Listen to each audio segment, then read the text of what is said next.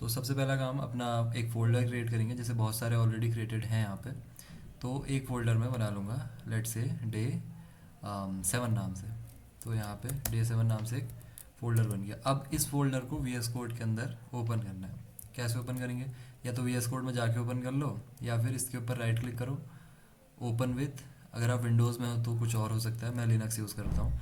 And यहाँ से visual studio code. तो ये क्या होगा, आपके वी एस कोड के अंदर ओपन हो जाएगा। और मैं ये नहीं कह रहा हूँ कि आपको वी एस कोड ही यूज़ करना है, जो आपकी इच्छा है वो यूज़ करो। बहुत सारे कोड एडिटर्स हैं मार्केट में, but V S code beginners के लिए थोड़ा ईजी रहता है, इसलिए मैं यूज़ करता हूँ इसे। एंड अब आपको इसके अंदर नई फाइल बनानी है। कैसे? यहाँ पे क्लिक करो ऊपर बटन पे, न्यू फाइल, एंड फाइल का नाम रख दो index dot H T M L. कुछ भी रख सकते हो, लेकिन dot H T M L extension बहुत ज़रूरी है। इससे आपके ब्राउज़र को पता चलेगा कि एक एच टी एम एल की फ़ाइल है और इसको ब्राउज़र के अंदर ओपन करना है। अब वही अपना जो बॉयलर प्लेट कोड रहता है जो कि हर फाइल के अंदर रहने वाला है, वो कैसे होगा? शिफ्ट के साथ 1 को प्रेस करना है, एक्सक्लेमेशन साइन आएगा, देन एंटर। तो ये कोड आपके पास आ जाएगा। ये हर फाइल के अंदर रहेगा, कोई सी भी H T M L file आप उठा लो, वो यहाँ आपको आपको दिखाई देगा। तो यहाँ पे मैं लिख देता हूँ सिमेंटिक टैग्स, जो हमने कल पढ़े थे। अब इसको मुझे ब्राउज़र के अंदर ओपन करना है, क्योंकि हम वेबसाइट बना रहे हैं तो ब्राउज़र के अंदर ही खोलना पड़ेगा। कैसे करेंगे? कि एक्सटेंशन हमने डाउनलोड किया था। एक्सटेंशन कहाँ से डाउनलोड करोगे? देखो ये फाइल वाला टैब ओपन हो गया जहाँ पे आप अभी हो। इससे अगर आप थर्ड फोर्थ नंबर पे आओगे, ये एक आइकन दिखेगा, ये होता है हमारा एक्सटेंशंस। यहाँ पे आओ एंड यहाँ पे आपको सर्च करना है लाइव सर्वर। क्या सर्च करना है? Live server. तो सबसे टॉप में आपको दिखेगा एक ये लाइव सर्वर बाय ऋत्विक दे। इसके ऊपर आपको प्रेस करना है। देन मेरा ऑलरेडी इंस्टॉल्ड है, इसलिए आपको इंस्टॉल का बटन दिख रहा है, बट आप अगर इंस्टॉल नहीं किया तो यहाँ पे इंस्टॉल का बटन आएगा। इससे होता कि आपको एक नीचे बटन दिख जाएगा गो लाइव करके, इसको प्रेस करोगे तो क्या होगा, आपकी ये फाइल ब्राउज़र के अंदर ओपन हो जाती है। अच्छा, इसको फाइल को ब्राउज़र के अंदर ओपन करने का एक और तरीका था जो हम पहले यूज़ कर रहे थे, तो वो तरीका हमने डेप्रिकेट कर दिया, उसको हम यूज़ नहीं करते हम। ऐसा क्यों? उससे हम इस एक्सटेंशन की तरफ शिफ्ट क्यों हो गए? ऐसा क्या रीज़न था? या फिर ऐसा ये एक्सटेंशन क्या प्रोवाइड कर रहा है हमें कि हम रिफ्रेश प्रॉब्लम, एग्जैक्टली पंकज, बहुत बढ़िया। हमें बार बार रिफ़्रेश करना पड़ता है पेज को अगर हम नॉर्मल तरीके से इस फाइल को ओपन करेंगे तो। कैसे करते हैं नॉर्मल तरीके से? आप जहाँ पे आपका फोल्डर है वहाँ पे जाओ, ये डे 7 के अंदर, और इस फाइल को ओपन करो डबल क्लिक करके। तो सेम चीज़ होगी, ये भी ब्राउज़र के अंदर ही ओपन होगा इस तरीके से। बट इसमें प्रॉब्लम क्या होगी? अब मैं कोड के अंदर आता हूँ, यहाँ पे कुछ चेंज करते हैं। लेट से यहाँ पे मैंने लिखा सबसे हमारा क्या था, मेन हेडर होता है ना, सबसे ऊपर होता है वेबसाइट में हेडर। तो हेडर के अंदर मैंने लिखा दिस इज़ माई हेडर। तो हेडर क्या है? एक सिमेंटिक टैग है जो हमने कल पढ़ा था। ओके, तो वेबसाइट के सबसे टॉप में रहता है, इसको भी इसी के अंदर ले आते हैं इस तरीके से। तो अब क्या होगा, दिस इज़ माई हेडर मुझे पेज के अंदर दिखना चाहिए, लेकिन जो मैंने नॉर्मल तरीके से ओपन किया, जो बाद में ओपन किया, वहाँ पे मुझे ये चेंज नहीं दिखेगा।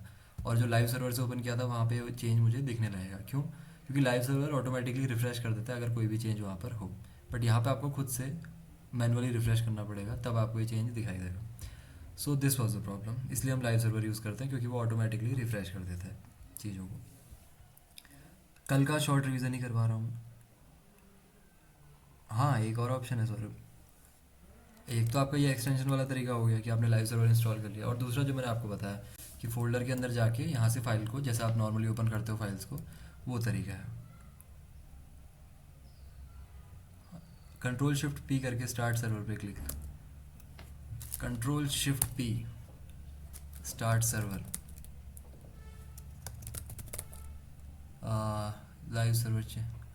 आई गेस ये कोई लाइव सर्वर का ही शॉर्टकट है, बट मेरे उसमें एग्जैक्टली स्टार्ट सर्वर का ऑप्शन आ नहीं रहा। But you get the point. अगर और कोई भी तरीका है। अच्छा, साइड में आउटपुट के लिए आई गेस यहाँ कहीं पे कोई बटन होता है, कुछ तो होता था, यही वाला एक्सटेंशन है या फिर कोई और एक्सटेंशन होता है वो। उसमें क्या होता है, आपको साइड में आउटपुट दिखाई देता है। ठीक है, लाइव प्रीव्यू, एग्जैक्टली एक और एक्सटेंशन है लाइव प्रीव्यू। एक तो हो गया लाइव सर्वर जो आप वेबसाइट में देख सकते हो, दूसरा होता है लाइव प्रीव्यू। लाइव प्रीव्यू में क्या होता है, ये रहा, माइक्रोसॉफ्ट की तरफ से आता है, आई गेस यही होना चाहिए। इसको मैं जैसे इंस्टॉल करूँगा, एंड थोड़ा सा वेट करेंगे इसका इंस्टॉल होने का, तो ये इंस्टॉल यहाँ पे आई गेस हो चुका है। अब index.html में आके ये वाला बटन आई गेस, तो इससे क्या होता है, बस आपको साइड में आउटपुट दिखने लगेगा इस तरीके से। आप यहाँ पे कोड लिख रहे हो, इसी के साइड में आपको आउटपुट दिखने लगेगा। किससे हो रहा है? लाइव सर्वर एक एक्सटेंशन है। एक्सटेंशंस का यही काम होता है, मतलब सबके अपने अलग अलग फीचर्स होते हैं। तो लाइव प्रीव्यू का क्या फीचर है, वो आपको VS कोड के अंदर ही आउटपुट दिखा देगा इस तरीके से। मैं यहाँ पे जैसे कोई चेंज करता हूँ, दिस इज़ सम चेंज, तो वहाँ पे आपको रियल टाइम में चेंज दिखाई देगा। फाइन, ये समझ में आया सभी को? एंड बहुत कम लोग ज्वाइन हो रहे हैं, ऐसा क्यों? समझ में नहीं आ रहा है, फिर क्या हो रहा है? कोई डाउट्स है बताओ। ज्वाइन ही नहीं होगे तो कैसे होगा बताओ? बाद में सर्टिफिकेशन के टाइम में प्रॉब्लम आएगी, और नई चीज़ें सीखने को भी मिल रही हैं, तो कुछ सीख कर ही जाओ। ठीक है, तो लाइव प्रीव्यू आप यूज़ करो, वेबसाइट ब्राउज़र में ओपन करो, कहीं पर भी करो, नो लैपटॉप नो प्रॉब्लम। आप एक वेबसाइट है programmis.com, ठीक है, programmis.com/html/online compiler। इसमें जाओगे, अगर आप मोबाइल के अंदर भी जाओगे तो आपको एक कोड एडिटर मिल जाएगा यहाँ पे। इसको पूरे को हटा लो एक बार, देन यहाँ पे आप HTML का कोड लिखना स्टार्ट कर सकते हो। ठीक है, जैसे हम अभी तक कोड करते आ रहे हैं उस तरीके से। तो ये है लिंक, आप इसको मोबाइल में भी यूज़ कर सकते हो, तो मोबाइल वालों के लिए ये ऑल्टरनेटिव है। अब चलते हैं कल के ऊपर। कल हमने सिमेंटिक टैग्स के बारे में पढ़ा था बेसिकली, तो इसको अभी के लिए हटा देता हूँ मैं, या फिर यहीं पे कर लेते हैं चलो। तो कुछ सिमेंटिक टैग्स होते हैं जो हमारे कहाँ पे हेल्प करते हैं? एसईओ में। SEO is search engine optimization, कि अगर आप अपनी वेबसाइट को डिप्लॉय करते हो तो वो सर्च रिजल्ट्स में सबसे टॉप पर दिखाई दे इस तरीके से, मतलब बेटर रैंकिंग के लिए। रैंकिंग मतलब जैसे मैं अब यहाँ पे सर्च करता हूँ कोई चीज़, क्रिकेट बैट्स, मान लो मुझे क्रिकेट बैट ख़रीदना है, तो मैंने सर्च किया क्रिकेट बैट। अब इससे क्या होगा? देखो सबसे ऊपर मेरे पास ये SG की वेबसाइट आ गई, उसके बाद ये DSC क्रिकेट की वेबसाइट आ गई। तो जिसका SEO सबसे बढ़िया होगा वो वेबसाइट सबसे ऊपर रैंक करेगी। अगर सबसे ऊपर रैंक कर रही है तो ज़्यादा चांसेस ये है मेरे कि मैं इस वेबसाइट से जो भी मुझे सामान खरीदना है यहाँ से खरीदूँ, या फिर और भी कोई पर्पज़ हो उस चीज़ के लिए। तो जितनी ऊपर आपकी वेबसाइट दिखाई देगी सर्च रिजल्ट्स में, उतना आपके लिए अच्छा है। वो कैसे होगा? SEO से। SEO कैसे होगा? इस तरीके से टैग्स को यूज़ करने से, प्रॉपर टैग्स को यूज़ करने से, हेडर यूज़ करने से, मेन यूज़ करने से, नैव यूज़ करने से, फुटर, ये सारे जो टैग्स हैं प्रॉपरली यूज़ करने से। क्यों? क्योंकि ब्राउज़र आपकी HTML को रीड करता है, और ब्राउज़र को समझ में आना चाहिए कि कहाँ पे कौन सी चीज़ स्टार्ट हो रही है। हेडर से ब्राउज़र को पता चल जाएगा कि एक्चुअल में ये वेबसाइट में सबसे जो टॉप वाला कंटेंट है वो है। बिना इसके भी आपकी वेबसाइट बन जाएगी, लेकिन SEO पर्पजेज़ के लिए आप इसको यूज़ करते हो। सबसे ऊपर आता है आपका हेडर। हेडर के अंदर वेबसाइट की सबसे टॉप वाली चीज़ें रहती हैं, जैसे वेबसाइट का नाम हो गया, ये सारी चीज़ें। ओके, तो जैसे मैं यहाँ पे लिख देता हूँ मेरी वेबसाइट का नाम, कुछ भी लिख देते हैं, जैसे माई वेबसाइट, माई साइट, कुछ भी लिख लो आप। तो यहाँ पे मेरी वेबसाइट का नाम आ गया। एंड H1 काफ़ी बड़ा हो गया, इसको H4 कर देते हैं, H4। अब आगे वाला टैग चेंज किया तो पीछे वाला भी चेंज करो, काम भले ही हो जाएगा, बट इसको क्लोज भी करना है यहाँ पे। और इसके लिए भी एक एक्सटेंशन होता था, किसके लिए? जैसे अभी क्या हुआ, मुझे इसको H4 से H5 करना है, तो पहले मुझे यहाँ चेंज करना पड़ेगा, फिर यहाँ पे चेंज करना पड़ेगा। तो रीनेम एक्सटेंशन ऐसा कुछ होता था, मुझे एग्जैक्टली नाम याद नहीं आ रहा है, ऑटो रीनेम ऐसा कुछ तो था। हाँ, ये वाला ऑटो रीनेम, इसको इंस्टॉल कर लेते हैं। देखो इससे क्या होगा, इसका भी अपना अलग एक काम है। अभी हमारी क्या प्रॉब्लम है कि मुझे 2 बार चेंज करना पड़ रहा है। अगर H5 से H4 करना है तो एक बार पहले यहाँ से हटा के 4 करना पड़ेगा, फिर जहाँ पे क्लोज हो रहा है वहाँ से। इससे क्या होगा, होना तो चाहिए, देखो मैंने यहाँ से H से यहाँ पे हटाया तो पीछे यहाँ भी क्लोज हट गया, जहाँ पे मेरा टैग क्लोज हो रहा है। अब देखो यहाँ पे मैंने H3 लिखा, तो यहाँ पे देखो क्लोजिंग टैग में भी ऑटोमेटिकली 3 मुझे दिख रहा है। इसको अगर मैंने 4 कर दिया तो यहाँ पे भी 4 हो जाएगा। तो ये भी काफ़ी हेल्पफुल रहता है। कौन सा? इस एक्सटेंशन का नाम क्या है? Auto rename tag. ओके, तो ये चीज़ है। तो एक्सटेंशन बहुत सारे हैं, सबके अपने अलग अलग यूजेज हैं, बट हमारा टॉपिक क्या है? Semantic tags. तो हेडर हमारा सबसे पहले सिमेंटिक टैग हो गया, उसके बाद नैव। नैव किस लिए हम यूज़ करते हैं? फॉर अवर नैव बार। अब व्हाट इज़ नैव बार? नैव बार मतलब वेबसाइट के सबसे टॉप में एक ऐसा पैनल जिसके अंदर आपकी वेबसाइट के जो इंपॉर्टेंट लिंक्स हैं, जो यूज़फुल लिंक्स हैं, वो आपने एक जगह रखे हुए हैं। जैसे एंकर टैग की हेल्प से मैं इनको रख लेता हूँ यहाँ पे, लेट्स से होम, और यहाँ पे शॉप, प्रोफाइल, इस तरीके से जो भी आपको यूज़ करना है इस तरीके से। तो मेरा नया बार आ गया। उसके बाद वेबसाइट का टॉप वाला पोर्शन मेरा कंप्लीट हो चुका है। अब मैं आऊँगा कहाँ पे? मेन सेक्शन पे। वेबसाइट के 3 सेक्शंस आप कह सकते हो, हेडर, मेन एंड फुटर। तो हेडर बन चुका है सबसे टॉप वाला, अब आएंगे मेन कंटेंट के ऊपर। तो हेडर से बाहर आएंगे, अब हम यूज़ करेंगे मेन टैग। मेन भी एक सिमेंटिक टैग है, इसके अंदर जो हमारा वेबसाइट का मेन कंटेंट है वो हम यहाँ लिखना स्टार्ट करेंगे। देन उसके बाद फाइनली फुटर। फुटर का क्या काम है, जो वेबसाइट के सबसे नीचे रहता है, सबसे नीचे वाला पार्ट, कुछ यूजफुल लिंक्स हो गए आपके, आपके सोशल मीडिया के लिंक्स हो गए, ये सारी चीज़ें। ओके, एंड मेन के अंदर आप जो आपका मेन काम है, और मेन के अंदर भी एक और सिमेंटिक टैग यूज़ कर सकते हो आप सेक्शन के लिए, कि जैसे मैंने एक सेक्शन के लिए एक सेक्शन टैग यूज़ कर लिया। एक सेक्शन के लिए मतलब कि जैसे आपकी वेबसाइट का कोई स्पेसिफिक फीचर है या फिर कोई स्पेसिफिक पार्ट है, उसके लिए आपने एक सेक्शन यूज़ कर लिया, अगला पार्ट है उसके लिए आपने अगला सेक्शन यूज़ कर लिया। इस तरीके से ये कुछ टैग्स हैं। काम इनके बिना भी हो जाएगा अगेन, लेकिन बेटर प्रैक्टिस यही है कि आप प्रॉपर टैग्स को यूज़ करो। समझ में आया सभी के? लाइक अमेजोन वेबसाइट एग्जैक्टली सभी वेबसाइट फॉलो करती हैं इसको। कोई सी वेबसाइट आप ओपन कर लो, जैसे ये है हमारी वेबसाइट, ये भी HTML CSS की हेल्प से ही बनी होगी, ये कोई ऐसा तो है नहीं कि कुछ अलग ही है। तो आपको क्या ओपन करना है, inspect tab, right click, inspect, तो आपको HTML दिखाई देती है यहाँ पे नीचे। अच्छा ये जो आपको दिख रहा है ना, ये डेवलपर टूल्स हम इनको बोलते हैं, ये नीचे आता है बाय डिफ़ॉल्ट, मुझे साइड में पसंद है। साइड में कैसे लेके आओगे, यहाँ पे 3 डॉट्स दिख रहे हैं, इसके ऊपर क्लिक करो, देन यहाँ पे आपको लेआउट्स दिखाई देंगे, डॉक साइड, तो ये लास्ट वाले पे करो आप, डॉक टू राइट। ये मुझे बस थोड़ा सा पसंद है, इसलिए मैं इसे यूज़ करता हूँ। देखो इन्होंने हेड यूज़ किया यहाँ पे, एंड मेन इन्होंने आई गेस यूज़ नहीं किया है। मेन टैग है यहाँ पे कहीं पे, मेन टैग नहीं है। एंड अगर हम इनकी वेबसाइट पे जाते हैं, shop.teamsg, let's see, but generally good practice क्या है, मैंने जैसे आपको बताया ना, जैसे इन्होंने मेन टैग यूज़ नहीं किया तो क्या इनकी वेबसाइट नहीं बनी? वेबसाइट बन जाएगी, बट फॉर बेटर SEO। अब इनकी वेबसाइट तो पॉपुलर है, तो इसका HTML ओपन करते हैं। तो आपको कहाँ जाना है, एलिमेंट्स में। अब इनके अंदर तो बहुत सारे टैग्स आपको दिखाई दे रहे होंगे, बट अब कॉम्प्लेक्स वेबसाइट में यही प्रॉब्लम है। हाँ देखो यहाँ पे आपको मेन टैग दिखाई दे रहा है कहीं पे, ये देखो मेन, ये हो गया हमारा हेडर वाला पार्ट। देखो ये पार्ट हमारा मेन नहीं है, जितना हमारा ब्लू हो रहा है उसे देखो ध्यान से आप, ब्लू कितना पार्ट हो रहा है, ऊपर वाला छोड़ के नीचे वाला हमारा ब्लू हो रहा है, this is our main content, और उसी के लिए यहाँ पे देखो मेन कंटेंट इन्होंने यूज़ किया हुआ है, राइट। तो और फुटर भी यूज़ किया होगा आई बिलीव, अगर आप देखोगे कहीं पे तो मिल जाएगा आपको ये सारी चीज़ें, ये जो सिमेंटिक टैग्स हैं। ओके, तो ये सिमेंटिक टैग्स आपको भी यूज़ करने हैं फॉर बेटर एसईओ। तो यही था हमारा कल की क्लास। अब देखते हैं आज का। तो क्विक रिकैप हो चुका है हमारा। After teaching semantic HTML yesterday now introduce the non semantic container. अच्छा कल हमने डिव एंड स्पैन की बात करी थी, तो डिव एंड स्पैन आज की क्लास उसी के ऊपर है, क्योंकि आज उतना ज़्यादा कुछ है नहीं, नॉर्मल चीज़ें हैं। तो डिव एंड स्पैन की बात वैसे तो हमने कल ही कर ली थी। अच्छा डिव क्या है बताओ, व्हाट इज़ डिव, या फिर व्हाट इज़ स्पैन, जो भी आपको समझ में आता हो।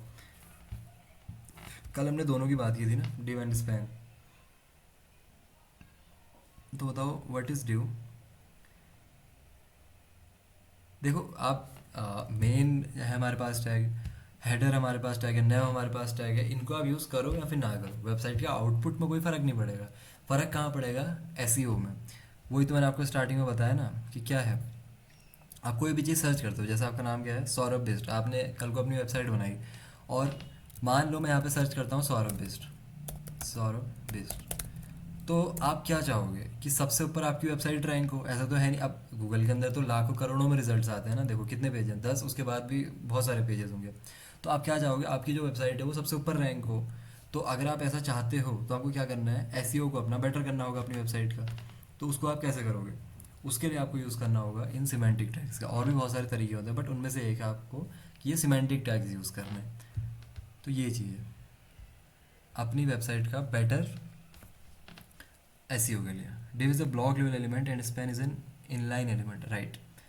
Block level element, block level element, okay. And इसका यूज़ केस क्या है कि कुछ रिलेटेड इन्फॉर्मेशन को आपने एक जगह डाल दिया, राइट। जैसे एक नई फाइल बना लेता हूँ मैं यहाँ पे,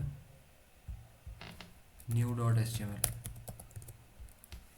और यहाँ पे हमारी HTML आ गई। तो अब ये देखो, अब थोड़ा सा ना आपको अपना कॉमन सेंस और डेवलपर माइंड भी यूज़ करना होगा। अब यहाँ पे ध्यान से देखो आप, ये आउटपुट किसका आ रहा है, index.html का। अब मैंने फाइल कौन सी बनाई, new.html, यहाँ पे हे दे लिख लेते हैं। तो अब यहाँ पे आउटपुट इसका है इंडेक्स का, मैं किसका देखना चाह रहा हूँ, न्यू का। तो इसको ध्यान से देखो, इसके URL को, इसमें यहाँ पे लिखा हुआ है index.html। इसका क्या मतलब हुआ कि index.html फाइल यहाँ पे रन हो रही है किसकी हेल्प से, URL में, यहाँ पे जब हमने इंडेक्स लिखा। तो तो अगर मैं इस इंडेक्स को चेंज करके न्यू कर दूँ तो देखो ये वाला चीज़ हमारी यहाँ पे आ जाएगी, new dot HTML file. Otherwise मुझे क्या करना पड़ता, पहले इसको ब्लॉक बंद करना पड़ता, फिर दोबारा ओपन करना पड़ता।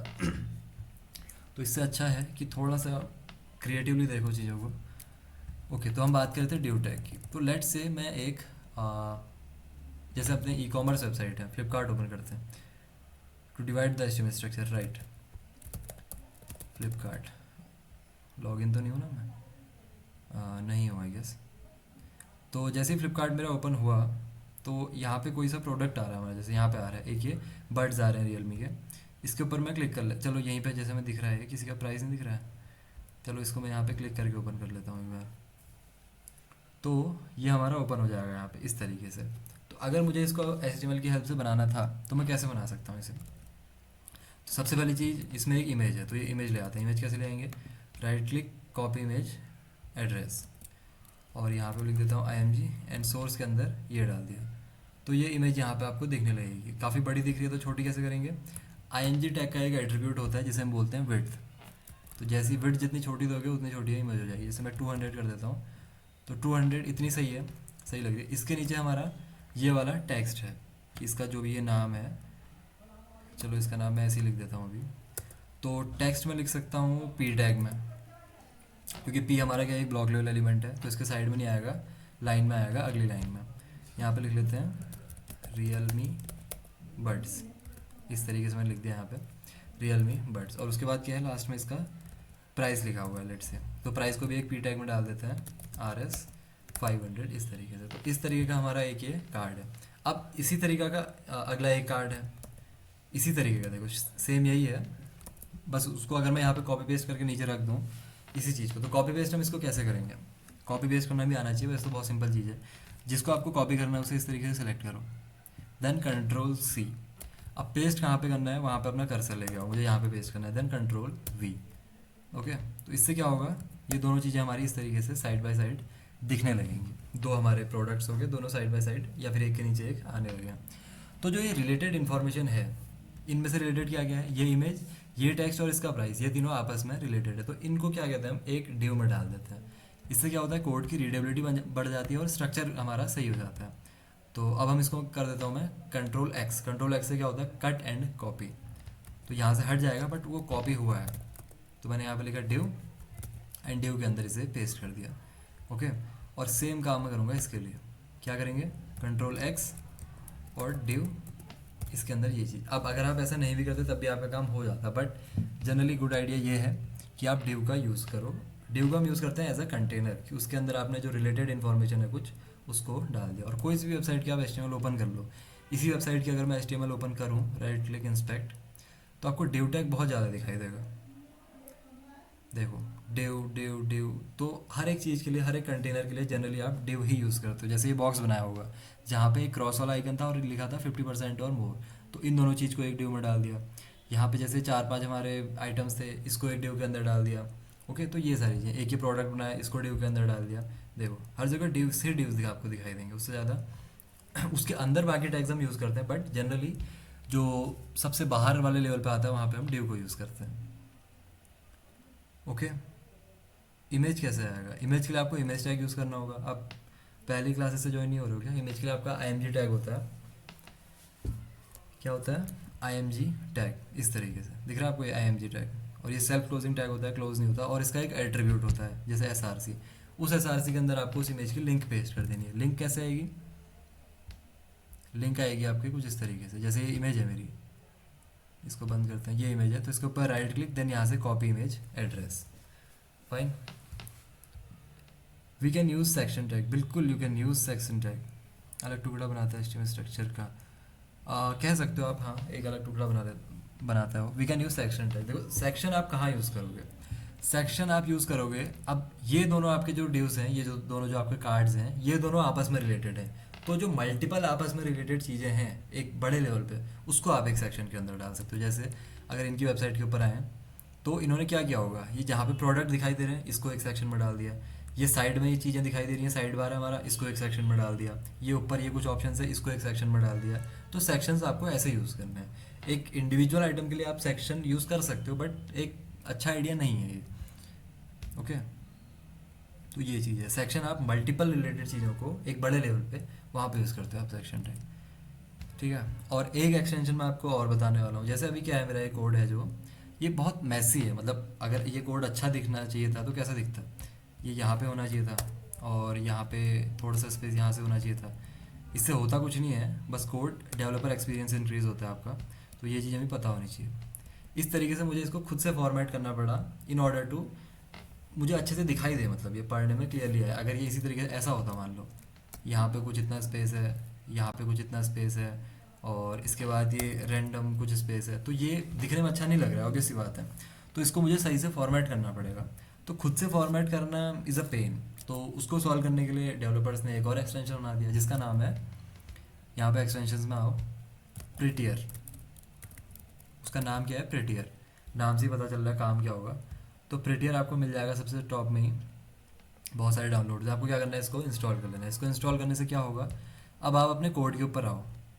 ये रहा मेरा बहुत ज़्यादा मैसी कोड जो कि बिल्कुल भी अच्छा नहीं दिख रहा है, तो मैं क्या करूँगा, इसके ऊपर राइट क्लिक करूँगा, देन फॉर्मेट डॉक्यूमेंट, ठीक है। क्या होगा, राइट क्लिक, फॉर्मेट डॉक्यूमेंट। देखो अब ये क्या करेगा, पूरे कोड को बहुत अच्छे तरीके से फॉर्मेट कर देगा। तो इस एक्सटेंशन का ये काम है। तो प्रिटियर आप यूज़ कर सकते हो। यहाँ तक सभी के समझ में आया। आज कोई ज़्यादा बहुत मैं नई टैग्स नहीं बता रहा हूँ आपको, बल्कि क्योंकि HTML में जो जो हमें मेन चीज़ें पढ़नी थी वो पढ़ चुके हैं ऑलरेडी, इससे ज़्यादा कुछ है नहीं HTML में। One of the simplest thing in web development HTML। सिर्फ 3 लोगों को क्लियर हुआ, सौरभ, शुभम एंड नमन। बाकियों का कोई डाउट?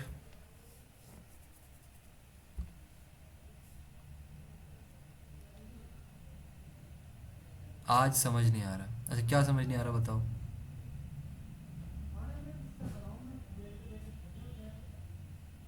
देखो ये कुछ ऐसे टैग्स है ना, जो ऐसा नहीं है कि आप इनको यूज़ ही करना है, ये SEO पर्पजेज़ के लिए आप यूज़ करते हो। मैं ये नहीं कह रहा हूँ कि आपको आज से इनको यूज़ करना स्टार्ट कर देना है।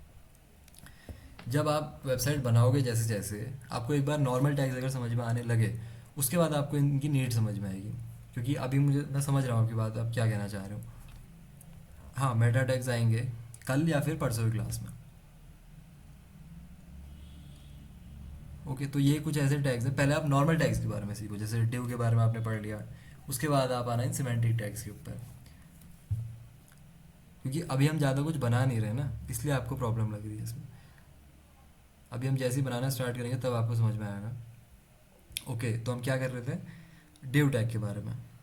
एंड कल एक चीज़ मैंने आपको और बताई थी, inline elements and block level elements, उन दोनों में क्या डिफरेंस होता है। इनलाइन क्या करते हैं, जितना उन्हें स्पेस की नीड है सिर्फ उतना स्पेस लेंगे, और जो ब्लॉक लेवल एलिमेंट्स हैं वो क्या करते हैं, जितनी विड्थ हमारी अवेलेबल है वो पूरी कंप्लीटली ले लेते हैं। अगर मैं आपको यहाँ पे दिखाऊँ, इसको यहाँ पे लेके आता हूँ। एंड इस डिव के बाद, क्योंकि इस डिव के अंदर क्या है, देखो ये वाला जो डिव है मेरा, इस डिव के अंदर ये जो सेकंड प्रोडक्ट है मेरा, इसकी डिटेल्स यहाँ पर स्टोर्ड है। तो इसके नीचे मैं स्टार्ट करूँगा, ये डिव यहाँ स्टार्ट हुआ, यहाँ पे क्लोज हुआ। अब देखो, अगर मैं इसको यूज़ ना करूँ तब भी मेरा काम सेम ही रहेगा, बट इससे होगा क्या, ये रिलेटेड इन्फॉर्मेशन थी, ये एक साथ मेरी आ गई यहाँ पे। ओके, अभी तो आपको लग रहा होगा कि इसके बिना भी हो जाएगा, बट आप जब CSS यूज़ करोगे, जावास्क्रिप्ट यूज़ करोगे, तब ये बहुत हेल्पफुल हो जाता है कि चीज़ों को आप एक कंटेनर के अंदर रखो। जैसे मैं यहाँ पे आता हूँ, यहाँ पे मैंने लिखा, एक होता है स्पैन टैग। स्पैन टैग का काम क्या होता है कि जैसे आपने कोई छोटा मोटा टेक्स्ट लिखना है या फिर कुछ चीज़ें हैं जो आपस में आपको दिखाई देनी है, दिखानी है, तो वहाँ पे आप स्पैन टैग यूज़ कर सकते हो। जैसे मैंने यहाँ पे लिखा, दिस इज़ अ स्पैन, तो यहाँ पे नीचे आपको दिखाई देगा दिस इज़ अ स्पैन। अब मैं इसके बाद एक और स्पैन टैग यूज़ कर लेता हूँ। यहाँ पे मैंने लिखा दिस इज़ अनदर स्पैन। अब मैंने कोड में कहाँ लिखा है, देखो 30th लाइन पे दिस इज स्पैन है, उसकी अगली लाइन पे उसका अनदर स्पैन है, मतलब 2 स्पैन यूज़ किए। बट आउटपुट में देखो, आप अगर आउटपुट ध्यान से देख पा रहे हो, यहाँ नीचे यहाँ पे क्या हो रहा है, दिस इज स्पैन यहाँ पे आया, और इसी के जस्ट साइड में दिस इज अनदर स्पैन आ गया। मतलब ये स्पैन टैग क्या कर रहा है, जितना इसको स्पेस की नीड है सिर्फ उतना ही स्पेस ये ले रहा है, इसलिए तो अगला एलिमेंट इसके जस्ट बगल में आ रहा है। अदरवाइज क्या होता, अगर ये पूरी विड्थ ले रहा होता तो दिस इज अनदर स्पैन कहाँ आता, इसके नीचे आता। और ये हो गया हमारा इनलाइन एलिमेंट्स। दूसरा होता है block level elements. Block level elements जैसे पी टैग हमारा ब्लॉक लेवल एलिमेंट होता है। मैंने लिखा this is a P, this is a paragraph. देखो ये कहाँ है, ये इसके साइड में नहीं आया, भले ही यहाँ पे जगह थी, देखो दिस इज अनदर स्पैन के बगल में और जगह है, बट ये यहाँ पर नहीं आएगा। जैसे इसके जस्ट नीचे एक और स्पैन यूज़ कर लेता हूँ मैं, दिस इज थर्ड स्पैन। ये इसके साइड में आएगा, बट अगर मैं पी टैग यूज़ करूँगा वो इसके साइड में नहीं आएगा। क्यों? क्योंकि पी टैग एक ब्लॉक लेवल एलिमेंट है। तो जितने भी ब्लॉक लेवल एलिमेंट्स होते हैं उन्हें क्या ज़रूरत होती है, जितनी विड्थ स्क्रीन के अंदर है वो पूरी की पूरी ले लेते हैं। ओके, अब यहाँ से यहाँ तक तो नहीं है ना स्क्रीन के अंदर, स्क्रीन की विड्थ कितनी है, यहाँ से यहाँ तक, बट यहाँ पे कितनी अवेलेबल है, सिर्फ यहाँ से यहाँ तक, मतलब ऑलमोस्ट आधी ही अवेलेबल है। तो पी टैग क्या करेगा, वो अगली लाइन में शिफ्ट हो जाएगा। तो और जितने भी ब्लॉक लेवल एलिमेंट्स होते हैं वो ऐसा ही करते हैं। तो ये कुछ block level and inline elements का बिहेवियर होता है। ये समझ में आया सभी को, inline and block level elements, inline and block level elements, ये सभी को समझ में आया। साइड में एड्स दिखाने हो तो इनलाइन का यूज़ करेंगे या फिर ब्लॉक के साथ असाइड टैग। देखो अभी आप कुछ भी कर लो, सिर्फ HTML यूज़ कर रहे हो तो आप चीज़ों को साइड में ले ही नहीं जा सकते हो। जैसे जनरली आपको कहाँ पे चाहिए एड्स, आपको एड्स चाहिए होंगे यहाँ कहीं साइड में, लेकिन अभी क्या होगा, या बनाओगे या तो वो बिल्कुल ही साइड में आ जाएगा इसके, या फिर इसके जस्ट नीचे आ जाएगा। तो ये हम साइड में लाने का काम, या फिर जहाँ पे भी आपको एक एलिमेंट चाहिए उसकी पोजीशन, ये सब आएगा CSS के अंदर। बट आप असाइड टैग यूज़ कर सकते हो उस चीज़ के लिए, क्योंकि आप वो साइड में रख रहे हो उस एलिमेंट को, तो उसमें असाइड टैग यूज़ हो सकता है। ओके फाइन, अब चलते हैं यहाँ से आगे। Div means nothing to the browser, वही मैंने आपको बताया, ब्राउज़र का डिव टैग से कोई लेना देना नहीं है। ब्राउज़र नहीं समझता है कि डिव से क्या होने वाला है, बस डिव इतना है कि एक कंटेनर है। It's just a box, use it when no semantic tag fits. इसको कब यूज़ करना है, जब कोई भी सिमेंटिक टैग वहाँ पे फिट नहीं हो रहा है। Okay, for example a card component. अब एक कार्ड में क्या होता है, कार्ड में कुछ इन्फॉर्मेशन हो सकती है, जैसे कार्ड टाइटल, कार्ड का डिस्क्रिप्शन एंड रीड मोर। इस तरीके से मान लो एक कार्ड है, तो ये कार्ड क्या है, इसको आप एक डिव के अंदर डाल सकते हो, सेक्शन के अंदर मल्टीपल कार्ड्स को डाल दोगे आप। Okay, there is no card tag in HTML। अगर कोई कार्ड टैग होता तो कार्ड टैग हम यूज़ कर लेते, बट कार्ड टैग होता नहीं है, इसलिए हम डिव टैग यूज़ कर लेते हैं। एंड अगली बात इसने लिखी है स्पैन की। Span is the inline version of div. Span क्या है, डिव का ही इनलाइन वर्जन है। डिव क्या है, डिव ब्लॉक लेवल होता है और स्पैन इनलाइन होता है। जैसे इसने यहाँ पे लिखा है my favourite colour is span, और यहाँ पे स्पैन यूज़ कर लिया, एंड आई लव कोडिंग, इस तरीके से। तो स्पैन टैग जैसे मैंने आपको बताया यहाँ पर हमने यूज़ भी किया था, वो क्या होता है, इनलाइन होता है। तो यहाँ तक सभी को समझ में आ गया। इसके बाद एक बहुत इंपॉर्टेंट कॉन्सेप्ट हम पढ़ने वाले हैं, जो कि HTML में काम नहीं आएगा, अगेन बता रहा हूँ आपको। अभी आपको कुछ ऐसी चीज़ें लग रही होंगी ना जो हम फालतू में पढ़ रहे हैं, बट वो एक्चुअल में फालतू नहीं है, वो हेल्प करेंगे आपको जावास्क्रिप्ट एंड CSS में। ठीक है, तो एक कॉन्सेप्ट होता है HTML का, ID एंड क्लासेस। ओके, तो ये ID क्या होता है, क्लास क्या होता है, ये समझते हैं। तो यहाँ पे आते हैं अपने कोड के अंदर, एक और नई फाइल बना लेता हूँ। चलो इसका नाम देते हैं ID class.html, और वही अपना जो बॉयलर प्लेट कोड रहता है एक्सक्लेमेशन साइन के साथ, ये यहाँ पे आ गया। दो चीज़ें मैंने आपसे कही, एक होती है ID एंड एक होती है क्लास। अब ये ID क्लास में इसको कमेंट कर देता हूँ। कमेंट करना मैंने आपको कल बताया था, कंट्रोल और स्लैश। इससे क्या होगा, ये चीज़ आउटपुट में नहीं दिखेगी बट कोड के अंदर रहेगी। अब यहाँ पे न्यू की जगह मैं क्या कर दूँगा, इसको ID class.html। ओके, तो ID एंड क्लास ये दोनों ही एट्रीब्यूट हैं। टैग्स के अंदर एट्रीब्यूट क्या होते हैं, जैसे हमने IMG लिखा, IMG के अंदर SRC एक एट्रीब्यूट है, ऑल्ट एक एट्रीब्यूट है। इसी तरीके से ID भी एक एट्रीब्यूट है और क्लास भी एक एट्रीब्यूट है, जिन्हें आप किसी भी एलिमेंट में यूज़ कर सकते हो। Okay, any element. तो मान लो मैं एक डिव बनाता हूँ। ओके, एक डिव बनाया जिसके अंदर मैंने लिखा this is my first div. क्या लिखा मैंने यहाँ पे, this is my first div. तो इस डिव को आप एक ID दे सकते हो। ID क्या है, मैंने कहा एट्रीब्यूट। तो एट्रीब्यूट कैसे देते हैं, यहाँ पे आओ टैग के साइड में और यहाँ पे लिख दो ID। ID क्या है, एक एट्रीब्यूट है। तो ID को ऐसा समझो ना कि इस एलिमेंट को आप एक यूनिक नाम दे रहे हो, इसको आप एक यूनिक आइडेंटिटी दे रहे हो इस एलिमेंट को। ये जो डिव है हमारा, इस एलिमेंट को आप एक यूनिक आइडेंटिटी दे रहे हो। अब डिव तो बहुत सारे हो सकते हैं मेरे पेज में, एक और डिव बना सकता हूँ, this is my second div, एक और डिव बन जाएगा। इस तरीके से 1000 डिव बना सकता हूँ मैं। तो हर एक डिव को अगर आपको एक अलग आइडेंटिटी देनी है तो आप यूज़ कर सकते हो ID एट्रीब्यूट को। अब यहाँ पे आपको लगेगा कि ID क्यों ही देनी है, और बिल्कुल जो कि करेक्ट आंसर है कि ID यहाँ पे क्यों ही यूज़ करना है। लेकिन जब CSS हम यूज़ करेंगे तो CSS को हमें बताना पड़ता है कि कौन से एलिमेंट को, मान लो मुझे चाहिए कि इसका बैकग्राउंड रेड कर दो, किसका, डिव का। तो CSS मुझसे पूछेगा कि कौन से डिव का बैकग्राउंड मुझे रेड करना है, क्योंकि डिव तो बहुत सारे हो सकते हैं। चलो मैं आपको इसका एक दिखाई देता हूँ। और मैं CSS लिखने वाला हूँ, तो CSS में कैसे यूज़ कर रहा हूँ कोई नहीं पूछेगा। जब हम सी एस एस पे आएंगे तब आएंगे। ओके, अभी मैं जस्ट सी एस एस कुछ लिख रहा हूँ। देखो इसका क्या मतलब है कि डिव का बैकग्राउंड कलर रेड करना है। क्या हुआ इसका मतलब कि डिव का बैकग्राउंड कलर रेड करना है। मुझे क्या चाहिए था, सिर्फ इस डिव का बैकग्राउंड कलर रेड करना था। इसने क्या किया, पहले डिव का बैकग्राउंड कलर भी रेड कर दिया, दूसरे डिव का बैकग्राउंड कलर भी रेड कर दिया, दोनों साइड बाय साइड है ना। एक चीज़ मैं यहाँ पे और करता हूँ, ये मैं क्या लिख रहा हूँ इसमें कंफ्यूज मत होना। देखो मेरे यहाँ पे क्या है, दो दो डिव्स हैं, एक फर्स्ट डिव दो सेकंड डिव। मुझे कौन सा चाहिए था, फर्स्ट डिव का बैकग्राउंड रेड चाहिए था और सेकंड का नहीं चाहिए था। तो सी एस एस में मैंने लिख दिया कि डिव का बैकग्राउंड कलर रेड कर दो। अब इससे क्या होगा, सी एस एस को तो पता नहीं ना कौन से डिव का करना है, तो वो क्या करेगा, जितने डिव्स अवेलेबल है सभी का बैकग्राउंड रेड कर देगा। वहीं पे अगर मैंने इसे एक आईडी दी होती फर्स्ट डिव को, मैंने कहा इसकी आईडी कर दो आप फर्स्ट, इसकी आईडी मैंने क्या कर दी फर्स्ट। अब इससे क्या होगा, सी एस एस इंडिविजुअली इस आइटम को पकड़ सकता है। अगर मैं यहाँ पे कुछ ऐसा लिख दूँ कि मेरी जो आईडी है वो है फर्स्ट, अब इससे देखो क्या होगा, जिस एलिमेंट की आईडी फर्स्ट होगी सिर्फ उसी का बैकग्राउंड कलर रेड होगा। तो हमारे केस में फर्स्ट किसकी आईडी थी, इस वाले की आईडी थी, तो सिर्फ उसी का बैकग्राउंड कलर रेड होगा, सेकंड वाले का नहीं होगा। तो आईडी आपकी यहाँ पे काम आती है। अगर मैं इसका सेकंड कर दूँ, इसकी आईडी मैंने कर दी सेकंड, तो अब मैं इंडिविजुअली सेकंड आइटम को हैंडल कर सकता हूँ। कैसे, जैसे यहाँ पे लिख देता हूँ बैकग्राउंड कलर ग्रीन लेट से, तो जिस भी एलिमेंट की आईडी सेकंड होगी उसका बैकग्राउंड कलर ग्रीन हो जाएगा, राइट। तो आईडी यहाँ पे आपको हेल्प करती है। ये सी एस एस का पार्ट है। अब इसको छोड़ दो, ये जो मैंने यहाँ पे लिखा है ना ऊपर, यहाँ से यहाँ तक, इसको बिल्कुल इग्नोर कर दो आप। बस इतना समझो कि आईडी और क्लास ये दोनों सी एस एस में यूज़ करोगे आप, C S S and JavaScript में। इसको छोड़ दो, मैंने क्या लिखा है, इससे आप फालतू में कंफ्यूज हो गए, और कन्फ्यूजन मैं नहीं चाहता कि हो यहाँ पे। सिर्फ आप इतना समझो कि आईडी और क्लासेस हम फालतू में यूज़ नहीं कर रहे हैं, उसका अपना एक अलग यूज़ केस है सी एस एस के अंदर। तो आईडी का सभी को समझ में आ गया कि आईडी का क्या रोल है। हर एक एलिमेंट की अपनी एक यूनिक आइडेंटिटी होती है आईडी उसकी, जैसे आपका आधार नंबर है उसी तरीके से समझ लो हर एक एलिमेंट का अपना आधार नंबर है, या फिर आपका नाम समझ लो। लेकिन नाम तो बहुत सारे लोगों के सेम हो सकते हैं। अब उसी कॉन्सेप्ट के अंदर मैं आ रहा हूँ कि नाम बहुत सारे लोगों के सेम हो सकते हैं, ठीक है। आधार कार्ड सभी का, आधार नंबर सभी का अलग अलग होगा, बट नाम बहुत सारे लोगों के सेम हो सकते हैं। तो आईडी तो सभी की यूनिक होगी, बट क्लास बहुत सारे एलिमेंट्स की कॉमन हो सकती है। समझ रहे हो मैं क्या कहना चाह रहा हूँ।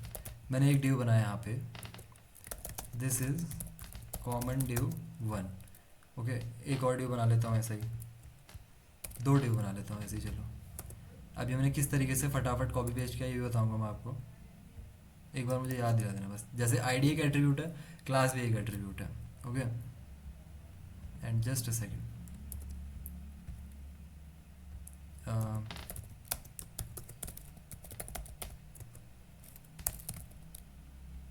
ठीक है। तो मैंने इस तरीके से तीन डिव बना लिए। आईडी एक एट्रीब्यूट है, क्लास भी एक एट्रीब्यूट ही है, तो क्लास भी ऐसे लिखोगे आप, क्लास कॉमन। अब क्लास क्या होती है ना, जैसे मैंने आईडी तो बताया कि आईडी हर एलिमेंट की यूनिक होगी।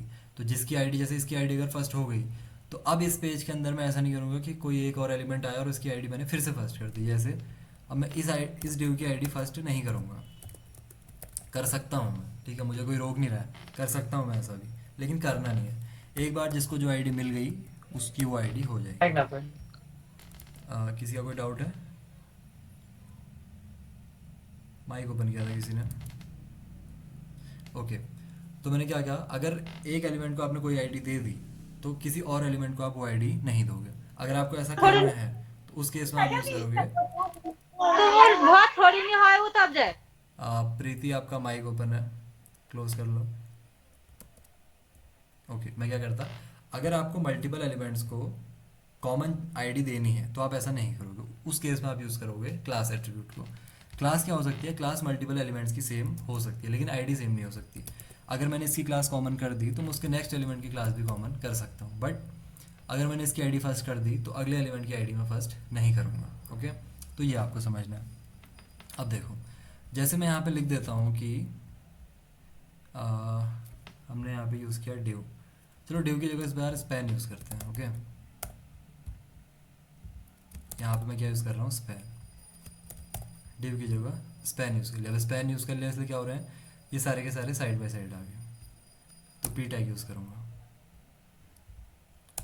सॉरी फॉर दिस, बट मैं यूज़ कर रहा हूँ पी टैग। ओके, तो यहाँ पे लिख के आ रहा है दिस इज कॉमन div 1, इसको कॉमन पी बोल देते हैं चलो फॉर बेटर अंडरस्टैंडिंग, क्योंकि मैं पी टैग यूज़ कर रहा हूँ। अब अगर मैं सी एस एस से बोल दूँ कि मुझे पैराग्राफ टैग क्या कर देना है, रेड कर देना है या फिर ऑरेंज कर देना है, कैसे बोलूँगा मुझसे, कुछ इस तरीके से।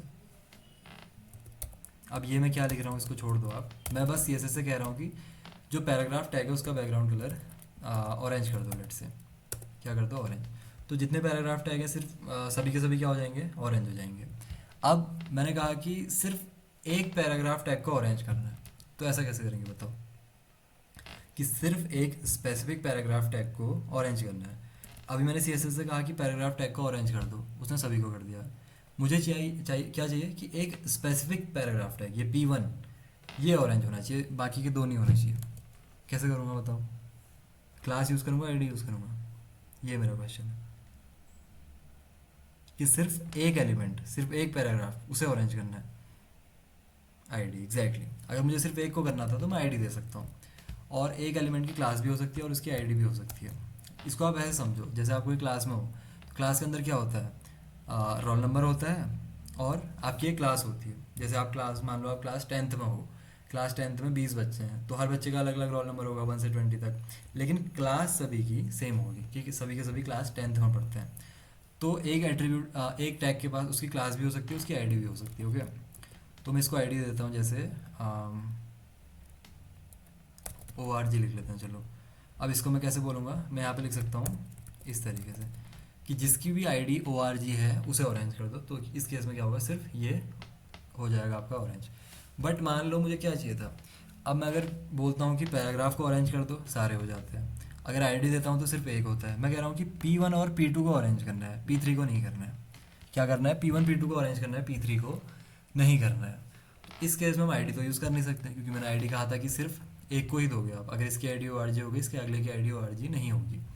ठीक है, तो इस केस में आप यूज़ कर सकते हो क्लास का। क्लास का यही काम है कि अगर कहीं पर आपकी आईडी फिट नहीं बैठती है तो यूज़ कर लो क्लास। और क्लास अगर मल्टीपल एलिमेंट की सेम है, हमने पहले ही डिस्कस किया था, तो मैं कुछ इस तरीके से बोल सकता हूँ कि जिन एलिमेंट्स की क्लास कॉमन है, क्या है, सिर्फ उन्हीं को ऑरेंज करो आप। जिन भी एलिमेंट्स की क्लास कॉमन है सिर्फ उन्हीं को ऑरेंज करो। प्रॉब्लम क्या थी, मैं CSS से कह रहा था कि पैराग्राफ टैग को ऑरेंज करो, वो तीन के तीनों को कर दिया था। फिर मैंने कहा एक आईडी दे के कर लेते हैं। आईडी देने में क्या प्रॉब्लम थी कि सिर्फ एक एलिमेंट हो रहा था, मुझे क्या चाहिए था, दो एलिमेंट्स होने चाहिए ऑरेंज। तो मैंने यूज़ कर ली इन दो एलिमेंट्स में सेम क्लास, इसकी क्लास कॉमन कर दी, उसके अगले एलिमेंट की क्लास कॉमन कर दी, तो दोनों ऑरेंज हो गए। अगर मैं इसकी क्लास भी कॉमन कर दूँ तो ये भी ऑरेंज हो जाएगा, इस तरीके से। तो क्लास का यूज़ केस ये है कि मल्टीपल एलिमेंट्स को अगर आपने कुछ सेम स्टाइल देनी है तो you can use what, class. समझ आई क्लास, या फिर कोई डाउट किसी का? ग्रेट। जब आप CSS यूज़ करोगे तो CSS में बहुत हेल्पफुल रहेगा, तो माइंड में रखना है आईडीज़ एंड क्लासेस को। ग्रेट, तो यही था ID and classes. ID is a person Aadhaar number, unique, one per page. Class is a category, multiple elements can belong to it, वही मैंने आपको बताया। One element can have multiple classes space separated, एक element की multiple classes भी हो सकती हैं, ये भी है एक चीज़। अगर इसकी एक बार क्लास कॉमन होगी तो आप ऐसे भी बोल सकते हो कि इसी एलिमेंट की क्लास कॉमन 2 भी है और इसी एलिमेंट की क्लास कॉमन 3 भी है, ये भी कर सकते हो आप, आपके ऊपर है। CSS will use dot card. अब ये CSS की बात है, इसको छोड़ दो, लेकिन ये समझो कि CSS में यूज़ होगा। And also this pattern they use for ever, और जनरली आप यही पैटर्न इस तरीके से यूज़ करोगे कि अगर आपको इस वेबसाइट में आते हैं, लेट से इस वेबसाइट में, अब मुझे ये साइड वाली चीज़ बनानी थी। ये क्या है, साइड में आपको एक अलग से बार दिखाई दे रहा है, तो ये अगर मुझे साइड बार बनाना है तो इसका एक डिव बना दिया, ये पूरा मुझे एक बनाना है, इसका एक डिव बना दिया, एक एलिमेंट के लिए मैंने एक डिव बना दिया। तो डिव को यूज़ करने की आदत डालो। ओके, डिव को यूज़ करना है एज अ कंटेनर। इससे होगा क्या, ताकि जब हम CSS यूज़ करेंगे तो सारे एलिमेंट्स को हम एक साथ स्टाइल कर पाएँ। उसके डिफरेंट कलर्स के करने हो तो ये तो आपके लिए, ये क्वेश्चन तो मुझे पूछना चाहिए था आपसे। अच्छा बताओ, हिमांशु के क्वेश्चन का आंसर कौन बताएगा कि हर पैराग्राफ टैग में अलग अलग कलर करना है, कैसे करेंगे? What is the best way, इसमें अलग कलर, इसमें अलग कलर, इसमें अलग कलर, क्या यूज़ करेंगे बताओ? एग्जैक्टली आईडी, पहले की आईडी अलग कर दो, दूसरे की आईडी अलग कर दो, तीसरे की आईडी अलग कर दो, फिर अलग से स्टाइल कर दो उनको। ओके हिमांशु, ये चीज़ है। So next week is C S S. Build a simple product listing page structure. क्या करना है आपको? प्रोडक्ट लिस्टिंग स्ट्रक्चर बनाना है, जो मैं पहले बना रहा था, तो उसी तरीके से हम इसको बना लेते हैं। ओके, तो विद यूजिंग बेस्ट प्रैक्टिसेस मतलब जितना अच्छा कोड हम लिख सकते हैं उतना अच्छा कोड हम लिखेंगे। और क्या बनाएंगे? कुछ इस तरीके का बनाएंगे एक, मतलब ठीक है चलो बना लेते हैं इसको। ओके, तो एक ही दिन में 4 HTML फाइल्स बन रही हैं, ठीक है। जो कि क्या करना था मुझे, एक फ़ाइल, इसका नाम लिख लेते हैं product.html। अब इसको यहाँ यूज़ करने के लिए मैं क्या करूँगा, इस फाइल का नाम चेंज कर दूँगा product.html। अभी मैंने कुछ लिखा नहीं इसलिए कुछ नहीं आ रहा है यहाँ पे, तो वही अपना बॉयलर प्लेट कोड। अब यहाँ पे हमें यूज़ करना है, मैंने क्या कहा था, बेस्ट प्रैक्टिसेस यूज़ करनी है, जितना अच्छा कोड लिख सकते हो उतना अच्छा कोड लिखो। तो मैं यूज़ करूँगा हेडर वेबसाइट के टॉप के लिए, उसके बाद मेन यूज़ करूँगा for main content, footer use करूँगा फॉर माय फुटर। ओके, जैसे यहाँ पे भी यूज़ किया वही हमें यहाँ पे भी करना है।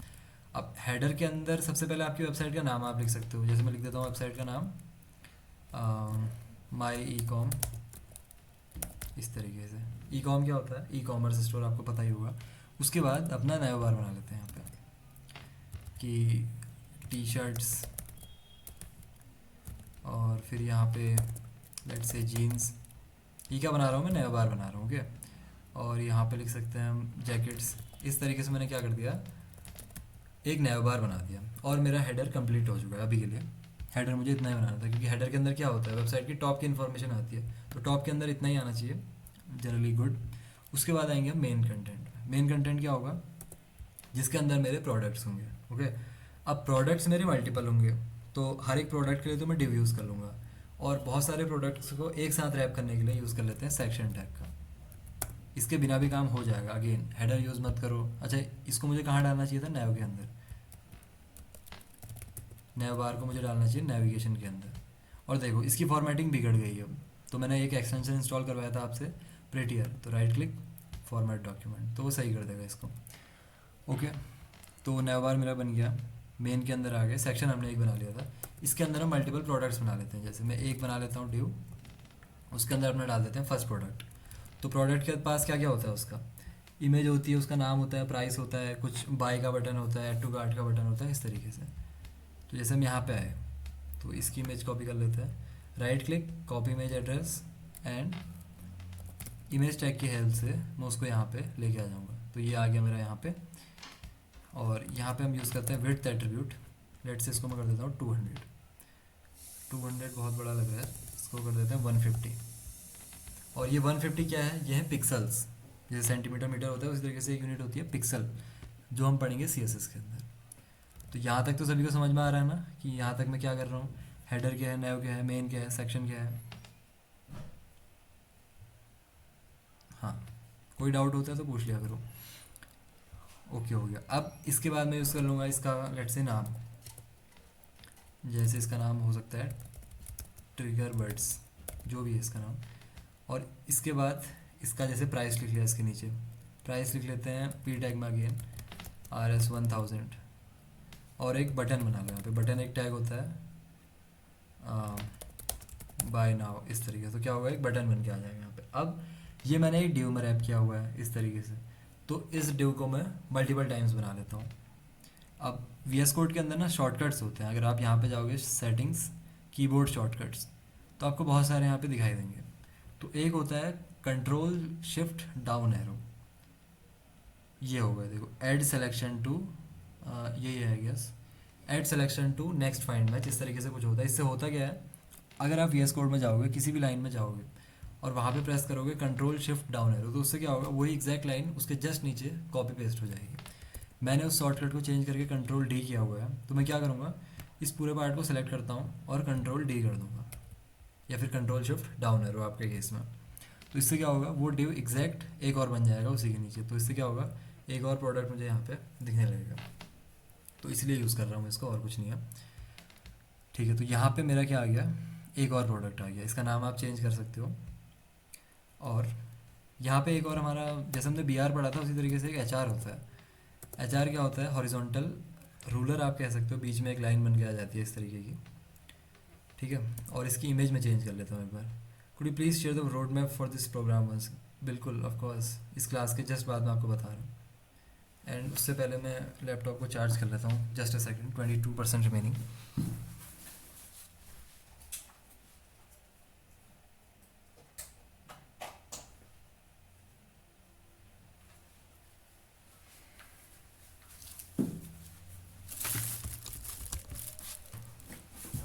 ओके, तो मैंने क्या किया था, इसको तो एक डिव के अंदर डाल दिया, और इन दोनों को एक सेक्शन के अंदर डाल दिया। इसकी इमेज चेंज करना चाह रहा हूँ मैं बस। तो ये वाला लेके आते हैं, right click, copy image address, और यहाँ पे इसको चेंज कर दो। इसको सेलेक्ट किया और कंट्रोल वी कर दिया, तो क्या होगा, चेंज हो जाएगा वो। तो यहाँ पे क्या हुआ, अब दूसरा बटन हमारा आ गया। तो इस तरीके से हमें बनाना था। ओके, और एच आर आपको जहाँ यूज़ करना है वहाँ यूज़ करो। एक बार यहाँ पे भी यूज़ कर लेते हैं। कहाँ पे, इसके बाद, नाव के बाद एच आर। तो एक रूल, एक लाइन यहाँ पे आ जाएगी ऊपर से बन के। एंड अब हमें बनाना है फुटर। तो फुटर बनाने से पहले एक बार सेक्शन के बाद एच आर यूज़ कर लेते हैं, ताकि एंड में एक और लाइन आ जाए। अब फुटर के अंदर जनरली आप क्या रखते हो, सोशल मीडिया लिंक्स। तो यहाँ पे लिख लेते हैं इंस्टाग्राम। ये क्या होगा, इंस्टाग्राम, फेसबुक, यूट्यूब, ट्विटर, जो जो आपको रखने हैं। तो यहाँ पे आ गया, देखो इस तरीके से। इसको हम यहाँ पे भी ओपन करके देख लेते हैं, क्या था फाइल का नाम, प्रोडक्ट। तो देखो कुछ इस तरीके से हमारी जो फाइनल वेबसाइट है वो बन के रेडी हुई है। कैसे, सबसे ऊपर हमारी वेबसाइट का हेडर, उसके बाद हमारा मेन सेक्शन, देन फाइनली सबसे नीचे क्या है, हमारा फुटर। तो वेबसाइट का यही रहता है। अब देखो यही है, इसको बस हम स्टाइल कर देंगे। तो स्टाइल करने से कैसी दिखेगी, ऐसी दिखाई देगी सी एस एस की हेल्प से। यहाँ पे ग्रीन कलर आ गया, ये साइड बाय साइड आ गए, everything is C S S then. तो क्या ये सभी को समझ में आया, और रिकॉर्डिंग में क्लोज कर देता हूँ।